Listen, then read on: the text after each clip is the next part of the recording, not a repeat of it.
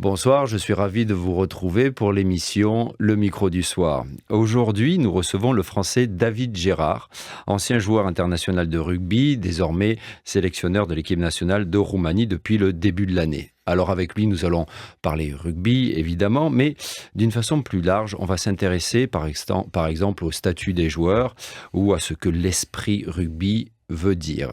David Gérard, bonsoir. Bonsoir, merci pour l'accueil. Avec plaisir. Alors, en préparant cet entretien, tu me disais que dans l'environnement du sport, on se tutoie. Donc, on va faire cet entretien en se tutoyant. Merci. Ce qui n'est pas notre habitude, mais c'est très bien. Ça arrive parfois de toute façon. Alors, en premier lieu, je voudrais quand même préciser à nos auditrices et auditeurs qui ne te connaîtraient pas qu'en tant que joueur professionnel, et là tu me dis si je fais des erreurs, tu as été plusieurs fois champion de France et champion d'Europe avec le Stade Toulousain, le Racing Métro 92 et le Stade Phocéen.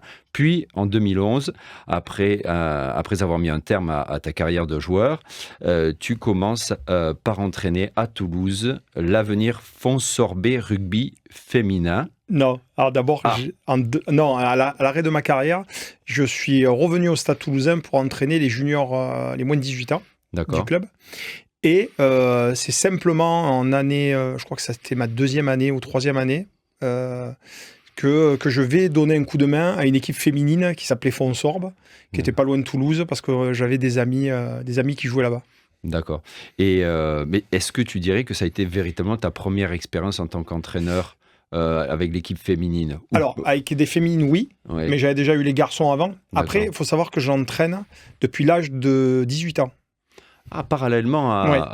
J'ai toujours entraîné, en fait, depuis que je suis gamin. Pour te donner un exemple, quand j'étais à Toulon, j'avais 13 ans et j'entraînais les moins de 6.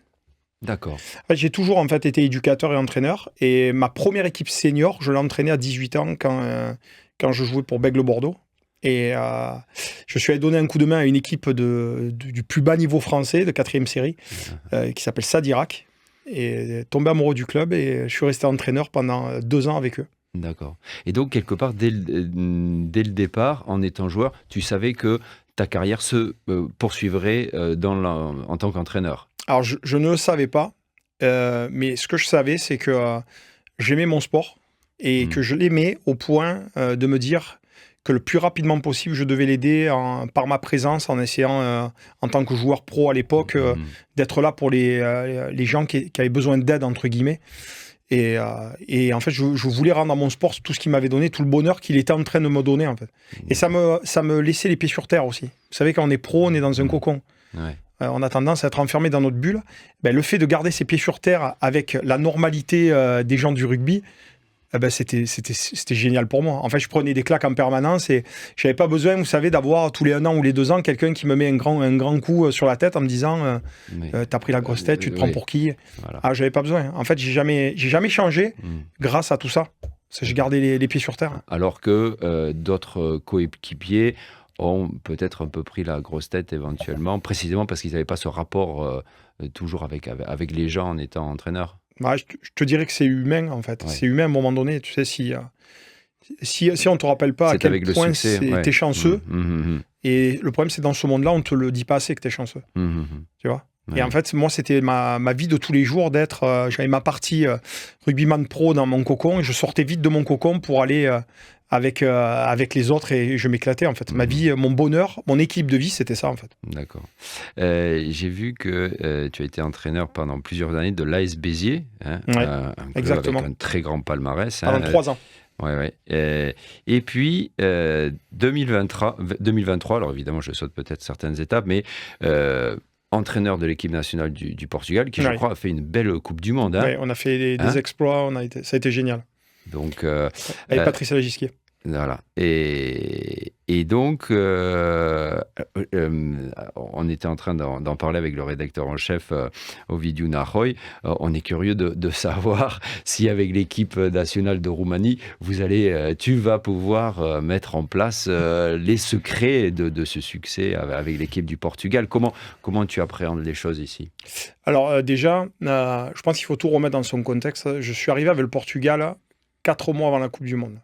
C'est-à-dire que le gros du travail avait été fait par Patrice Lagisquier. Et je ne vais pas m'attitrer son travail parce que Patrice a fait un boulot monumental. Et je pense que quand je suis arrivé, j'ai été une pierre de plus à son édifice. Et je pense que j'étais le maillon manquant parce qu'en fait, pas mal de faiblesses du collectif étaient mes forces en tant qu'entraîneur, en tant que personnalité. Et en fait, j'ai essayé d'amener... Et ceux qui t'ont recruté le savaient. Patrice le savait. Ou c'est Non, il quelque le chose savait. qui s'est bien goupillé. En fait, ça a été... il savait mon profil, puisqu'il avait entendu parler de moi. Avec Patrice, on était souvent face à face. On n'a jamais été ensemble. Parce que lui était Biarritz et moi Toulouse. Et en fait, on s'est affrontés pendant énormément d'années. Et on a des amis en commun qui lui ont parlé de moi. Et pas qu'un, il y en a plusieurs. Et en fait, il a dit, mais si jamais tout le monde me dit ça, c'est qu'il doit y avoir un truc. Et en fait, comme c'est quelqu'un de curieux, il m'appelait, il m'a invité à venir une semaine pour découvrir le truc, les Portugais, besoin d'un petit coup de main. J'étais venu sur la pointe des pieds et à la fin, il me dit, est-ce que ça te dit de rester avec nous? D'accord. Et en fait, c'était une prise de risque monumentale pour moi, puisqu'à l'époque, si je faisais la Coupe du Monde avec le Portugal et que je m'engageais avec le Portugal, je mettais une croix sur ma saison en France. C'est-à-dire qu'en fait, je ne pouvais pas retrouver un club en France. Puisque la Coupe du Monde, c'était tout l'été, septembre, octobre. Personne t'engage en tant qu'entraîneur alors que tu manques un tiers de la saison. Donc je savais que je prenais un risque. Sauf que j'ai cette balance-là. Un risque en termes de temps, mais de toute façon, tu savais que tu allais retrouver un poste d'entraîneur avec ton palmarès, on ne sait jamais. non? Franchement, on ne sait jamais. On est un milieu très concurrentiel. On est très nombreux sur le marché aujourd'hui. Et oui, clairement, elle y était la prise de risque. Elle y était. Et c'était quelque chose qui m'angoissait jusqu'au moment où je me suis dit, tu as pris la décision, maintenant tu arrêtes. Tu vas à fond dans ton challenge, parce que c'était un challenge sur une courte durée. Tu vas à fond dedans, tu as à te poser des questions. Et en fait, ça m'a permis de rencontrer des gens fabuleux, et notamment Patrice. J'ai rencontré 2 prépas physiques, Michael Dallery et Paul Serré-Labourdette, 2 jeunes qui sont fabuleux. Et ils sont tellement fabuleux que je les ai amenés avec moi dans mon aventure roumaine. D'accord. Et alors, comment ça s'est déclenché, cette aventure? Le hasard de la vie un peu. À la fin de la Coupe du Monde, j'ai 2-3 approches au club français. Rien qui me fait ressentir l'adrénaline de me dire oui, tu vois, je le sens, il faut que j'y aille. Surtout, c'est des postes à responsabilité, donc à un moment donné, si tu ressens pas la chose, c'est compliqué. Et puis World Rugby, qui avait intéressé par mon travail pendant la période de Coupe du Monde, discute avec moi en me disant, voilà, il y a des pays qui sont intéressés à toi. Et ils m'ont proposé des pays. Ça, c'est la première fois que ça t'arrivait, le fait d'avoir des pays qui te proposent le poste d'entraîneur. Ça, c'est quand même... entraîner un pays, comment c'est différent à plusieurs regards, je suppose que c'est différent que d'entraîner un club. Mais c'est quand même plus prestigieux, tu dirais, c'est différent. Je pense que c'est très différent parce que tu coaches des joueurs qui représentent une nation entière. On parle de millions de personnes. De millions. Et en fait, tu te dis que non seulement tu représentes une nation, mais tu représentes son histoire. Et des fois, c'est pas facile à porter. Des fois, tu vois, c'est un fardeau que tu dois porter parce qu'il y a des choses bien dans les histoires des pays, mais des fois, des choses moins bien. Et en fait, quand tu prends ta décision de dire oui, tu sais que tu prends tout avec toi. Donc, les forces et les faiblesses. Et si tu veux, dans les propositions de pays, j'avais donc la Roumanie. J'ai eu un contact, le président m'a appelé il m'a contacté sur WhatsApp. On s'est vu. Et en fait, j'ai commencé à poser des questions dans mon entourage. Et c'est vrai que c'était marrant parce que mon entourage, il me disait pas la Roumanie. Tout sauf la Roumanie. Ah non, pas là. Et en fait, j'ai un ancien sélectionneur de la Roumanie qui m'appelait en me disant « Ouh là là, j'ai entendu ça, mais il faut pas que tu y ailles. C'est galère, le challenge, il est trop dur. » Et en fait, plus on me disait « c'est dur », plus je me disais « c'est un défi. » Je crois qu'en fait, c'est celui-là que je veux. Et par contre, je me suis dit « si j'y vais pas seul. » C'est pour ça, en fait, que j'ai amené, je m'approprie pas le staff, mais un staff avec moi, avec des gens en qui j'ai une confiance aveugle. C'est-à-dire combien de personnes? Je suis venu avec 1, 2, 3, 4, 5 personnes.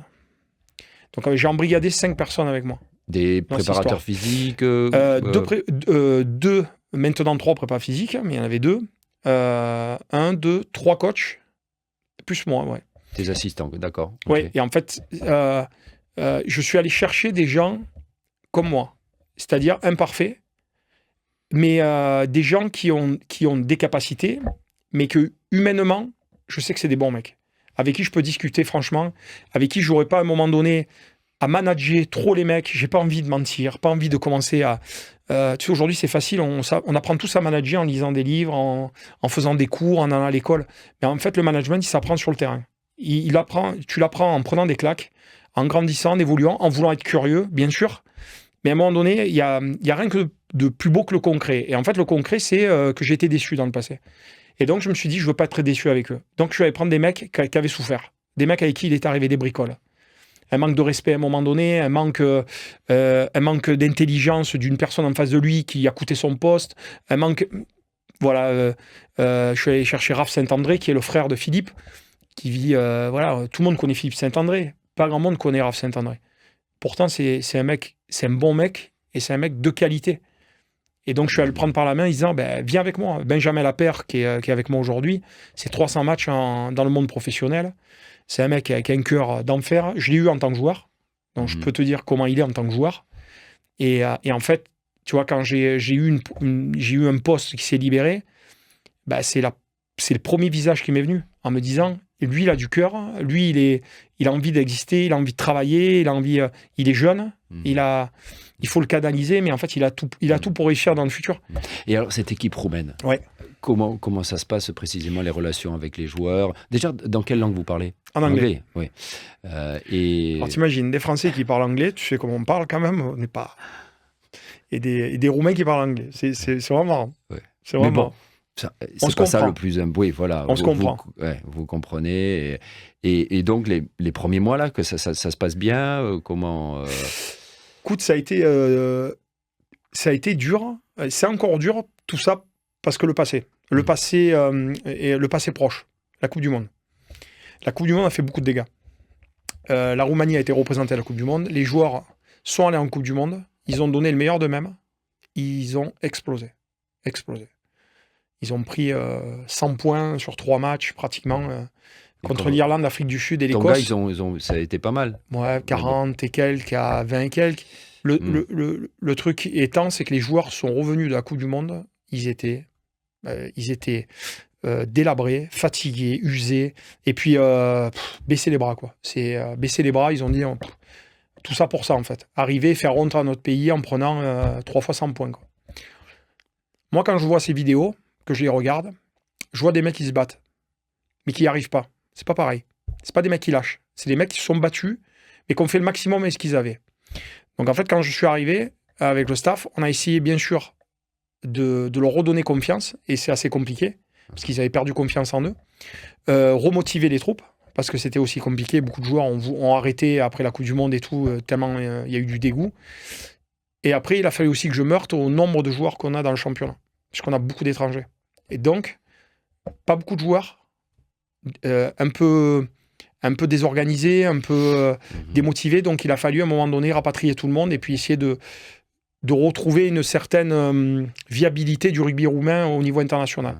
Pour l'instant, on est sur des résultats moyens. C'est-à-dire qu'on est capable de faire des exploits en gagnant aux USA et capable de perdre contre le Canada. On est capable de faire des super résultats à l'extérieur comme de perdre chez nous. Aujourd'hui, on est un peu instable. Mais par contre, on est là. Ouais. Et où il y a des efforts à faire au niveau physique, tactique, technique? Tout. Ah, là, je te dis tout. Il y a 20 ans, 90% des joueurs roumains de l'équipe nationale étaient en France. Ils étaient formés en France. Ils évoluaient dans les championnats français pro. Donc, en fait, les mecs étaient habitués à un certain standing. Ouais. En fait, ils s'entraînaient, jouaient un certain standing. Donc, quand ils arrivaient en équipe nationale, le niveau augmentait et les Roumains étaient infernales à jouer. Ils pouvaient battre n'importe qui, en fait. C'était la Géorgie de maintenant. D'accord. Sauf que 20 ans après, 90% des joueurs d'équipe nationale sont en Roumanie. Dans le championnat qu'on connaît, qui est, je sais pas, c'est dur pour moi de juger, de comparer un championnat français, mais on n'est pas sur le top 14, on est à Pro D2. Ça, c'est sûr. Donc, automatiquement, nos joueurs, ils s'habituent à s'entraîner, à jouer à un certain niveau. Et quand ils viennent avec nous, au lieu d'être sur de l'expertise, on est sur de la formation et du développement, c'est-à-dire tout ce qu'il y a avant l'expertise. Alors qu'on est une équipe nationale et on devrait être sur de l'expertise, du détail. L'important, c'est de savoir qu'il y a une marge de progression. Elle est énorme. Oui. Elle est énorme. Mais il faut changer les choses. On ne peut pas rester dans l'état. Sinon, si par bonheur qualif il y a pour Australie 2027, le résultat sera le même. Et que ce soit un staff français, anglais, Sudaf, Néo-Z, ça ne changera absolument rien. C'est juste dans quoi on s'est un petit peu embourbé. Maintenant, il faut trouver des solutions pour évoluer. Et pour trouver des solutions rapides, des fois, il faut être drastique. Et il va falloir prendre des décisions si on veut, à un moment donné, en 2027, avoir une équipe Roumanie avec le maillot jaune qui ait des armes pour se battre. Parce qu'ils auront la volonté. Maintenant, il faut des armes. Ouais. Mais je te sens avec une énergie quand même positive et tu sens qu'il y a des perspectives qui sont intéressantes. En tout cas, tu ne regrettes pas le choix. Pas du tout, non. Je suis très heureux. Je suis très heureux de me battre à leur côté. En Roumanie, ça va, tu aimes bien Bucarest, ça se passe bien? Écoute, j'ai bougé, j'ai fait le tour de Roumanie pour aller voir un peu toutes les villes, voir où se situent tous les joueurs et tout. C'est super intéressant. Après, j'ai fait le choix. Donc, je ne regrette pas mon choix. Maintenant, une fois qu'on a fait un constat, il faut prendre maintenant des décisions. Et des fois, ça fait mal. David Gérard, une question sur le statut professionnel du joueur roumain. Et chaque pays a son statut, enfin, les joueurs ont leur statut respectif. Ici, comment ça se passe? Est-ce que c'est un problème? Peut-être, je ne sais pas, tu me diras, le manque de soutien financier vis-à-vis de certains joueurs, ou est-ce que ça c'est aussi quelque chose à gérer, alors que tu as été, je ne sais pas si au Portugal par exemple, il y avait moins ce souci-là de l'aspect financier? Ah oui, je pense que les Portugais c'est 3 fois le budget de la Roumanie. Et c'est au bas mot, je pense que c'est 6 ou 7 fois le nombre de joueurs potentiels qualifiables pour l'équipe nationale.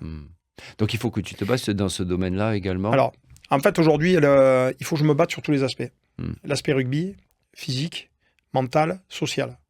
C'est mes 4 angles d'attaque. Aujourd'hui, un sélectionneur s'occupe que du rugby normalement. Et aujourd'hui, je peux pas. Je peux pas les laisser comme ça. Je peux pas savoir qu'il y a des problèmes et ne rien faire. Donc, ça fait partie en fait de ce pourquoi je suis là. Et j'ai passé du temps. J'ai écrit un projet avec une vision, avec quelque chose qui nous permettrait peut-être de représenter encore mieux le pays en 2027 si on fait la Coupe du Monde en Australie. Mais il faut vraiment professionnaliser les choses. Aujourd'hui, c'est des professionnels sans l'être. Aujourd'hui, ils ont pas de concurrence dans leur équipe. Ils sont pas assez nombreux. Ils sont même pas assez nombreux pour s'entraîner. Et c'est des mecs qui sont payés tous les jours pour ça. En fait, t'es pas un vrai pro. Un pro, il a de la concurrence. Parce qu'il a de la remise en question.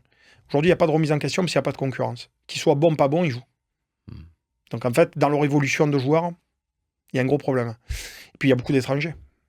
Il y a des équipes, on a des grosses équipes du championnat qui sont composées de 60% d'étrangers. Donc là, il y a de la concurrence. Non. Entre équipes, non. Non, c'est juste qu'ils ont toujours pas beaucoup de joueurs, mais ils ont beaucoup d'étrangers. Ouais. Donc en fait, oui, pour l'équipe nationale, il n'y a pas de concurrence, mais évidemment, mais quand ils jouent dans la ligue... C'est des épiphénomènes. Ah oui. Franchement, il y a 5-6 matchs compliqués dans l'année.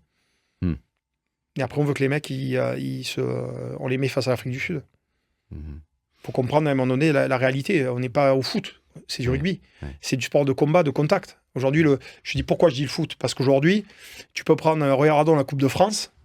Au foot, tu peux faire des exploits comme ça. Au rugby, impossible. Tu peux pas. La réalité physique, elle est tellement aberrante et parlante qu'à un moment donné, tu peux pas. T'as beau être courageux, tout ce que tu veux, tu peux pas. Tu n'iras pas au pénalty, tu n'auras pas cette occasion-là. Et donc, automatiquement, mes joueurs souffrent de ça. Nos joueurs souffrent de ça et il faut trouver des solutions. Et aujourd'hui, une des solutions, c'est d'avoir une vraie franchise professionnelle. D'avoir des joueurs qu'on a tout le temps, en fait, avec nous. Parce que c'est le seul moyen pour eux de progresser. Avec nous, on essaye de les faire progresser, donc ils progressent tout doucement. Puis la période internationale termine, donc ils repartent en club, et là, pouf, tout retombe. Parce qu'ils ne peuvent pas s'entraîner comme ils le veulent, parce qu'ils ne sont pas assez, parce que les coachs, je les comprends, des clubs les protègent, donc en fait, pas trop d'entraînement, fais attention, et c'est ça, comme ça tout le temps. Et moi, après, ils arrivent au niveau international et ils sont brûlés. Ils sont au maximum de ce qu'ils peuvent faire. Est-ce que tu as remarqué quelques jeunes espoirs qui éventuellement pourraient intégrer l'équipe nationale? Est-ce que tu t'y intéresses? Oui. Tu es obligé, mais est-ce que tu vois qu'il y a des choses qui t'ont assez agréablement surpris? À la dernière compétition, je suis allé chercher en France 4 joueurs de 20 et 21 ans. Des Roumains qui sont là-bas. Des Franco-Roumains. Qui ont le père ou la mère, ou des fois même les deux sont roumains, sauf qu'ils habitent en France pour des raisons de vie, de boulot. Et en fait, je suis allé chercher ces gamins-là. Et au pays, ici, je te dirais qu'il y en a moins. Là, j'en ai trouvé 4, je te dirais que j'en ai trouvé 1, voire 2 maximum. Ça veut dire qu'à un moment donné, ces jeunes, ils n'ont pas de perspective. Pourquoi? Parce que quand tu arrives dans une équipe pro et que tu as 60% d'étrangers, tu joues quand? Tu joues jamais. Parce que tu n'as pas ta place. Parce que le mec en face de toi, il est sud-africain, il a 30 ans, qu'il a de l'expérience, qu'il touche plus de salaire que toi, et maintenant il joue. Et toi, tu te retrouves, tu es jeune, tu veux chercher une place, et c'est compliqué en fait. C'est pour ça que ce système de franchise pro nous permettrait peut-être d'avoir une vision à long terme. Quand tu dis franchise pro, aujourd'hui, on a une franchise qui s'appelle les Wolves, qui joue à l'heure actuelle en Super Cup, Coupe d'Europe. Ce qu'il faudrait, c'est qu'en fait, les meilleurs joueurs roumains et les meilleurs jeunes joueurs roumains soient ensemble tout le temps. Et en fait, il te les faut tout le temps pour pouvoir et leur mettre de la concurrence. Tout en jouant dans leur club respectif. Eh bien, en fait, il faut trouver un système où on les aurait 7 mois de l'année et les clubs les auraient que 5 mois, par exemple, ou 6. Parce que en les ayant, on peut les faire progresser. En France, c'est quoi le rapport, en fait En France, ils n'ont pas les mêmes soucis. Aujourd'hui, les clubs français travaillent pour l'équipe nationale. Nous, malheureusement, les clubs travaillent pour les clubs. Ils travaillent pour eux parce qu'ils ont tous leurs problématiques en interne. Je ne dis pas qu'ils n'aiment pas l'équipe nationale, mais aujourd'hui, leur priorité, ce n'est pas l'équipe nationale. Moi, j'ai des clubs, malheureusement, qui des fois menacent les joueurs de ne pas les payer s'ils vont en équipe nationale. Au Portugal, c'était les clubs pour l'équipe nationale également? Au début, ils étaient comme ça. Et puis, ça s'est vite arrêté. Ça s'est vite arrêté. Quand Patrice est arrivé, il a dit, c'est simple. Vous voulez jouer à ça, on coupe tout. On coupe toutes les aides. Et là, d'un coup, les clubs...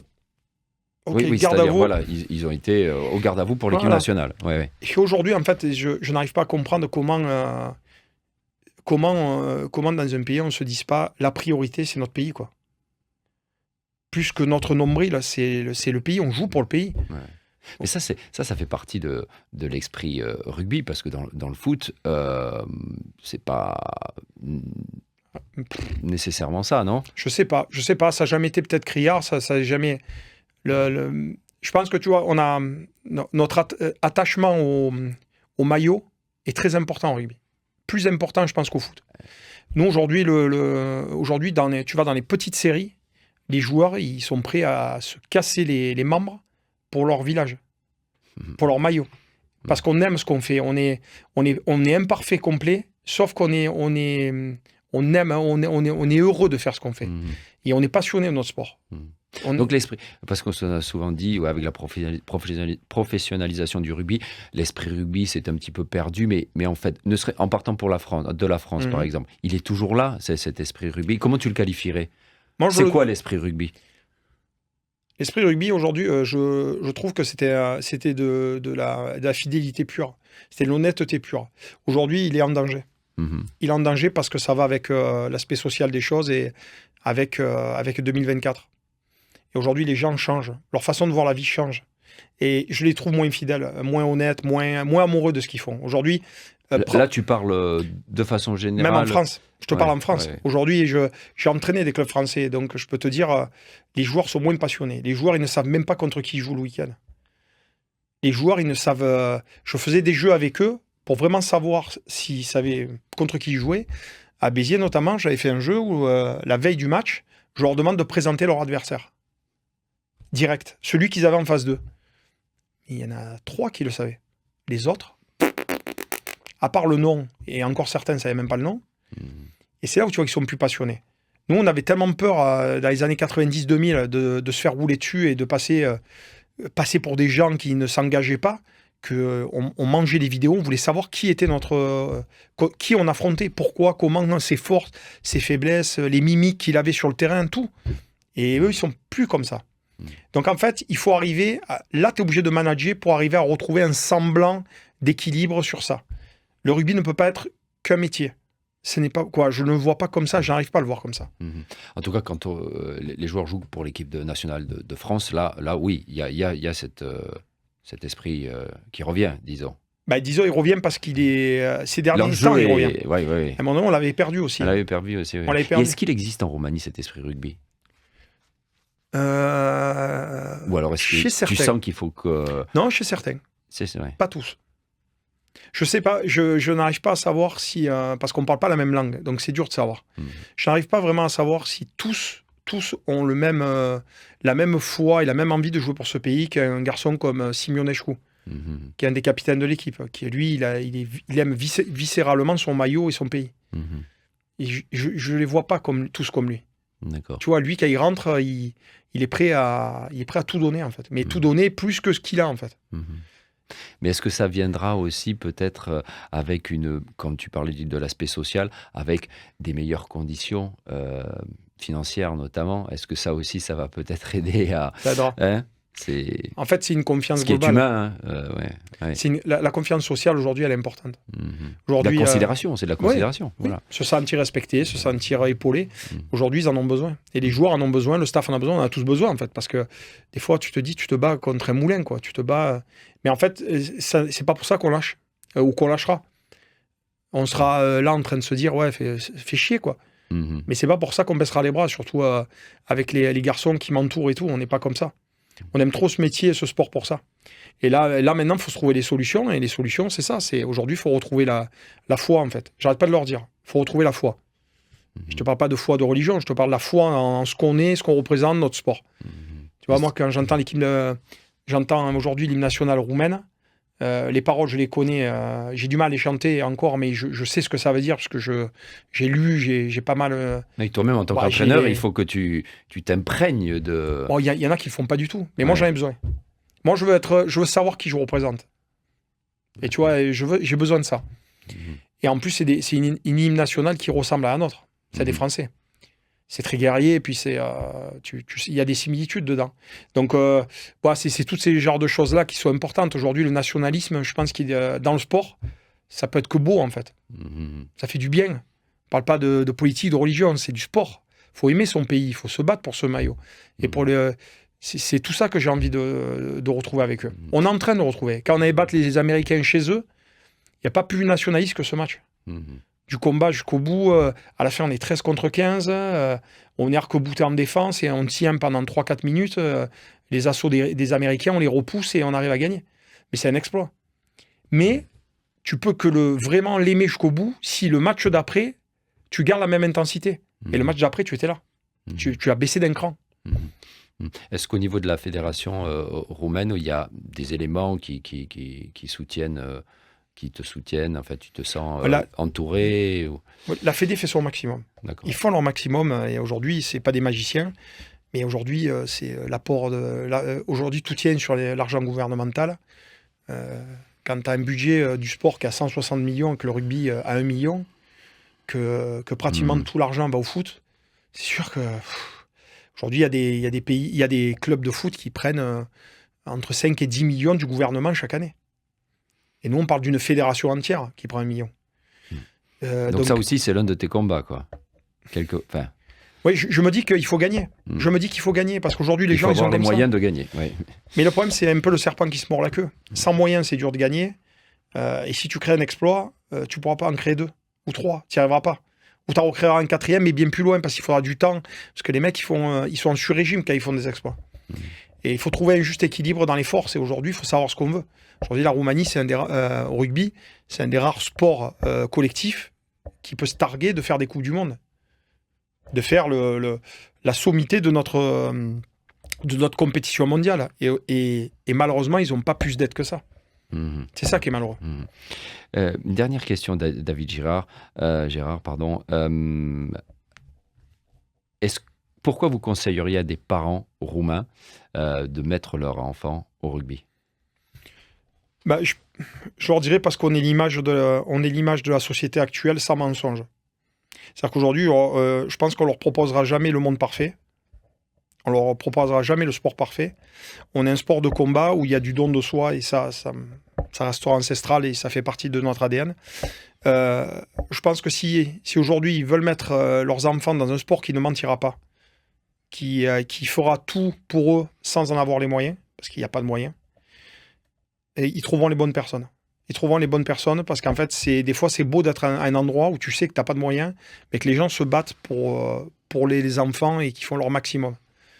Et ça, des fois, c'est bien plus important que d'aller à un endroit qui est parfait parce qu'ils n'ont aucun problème.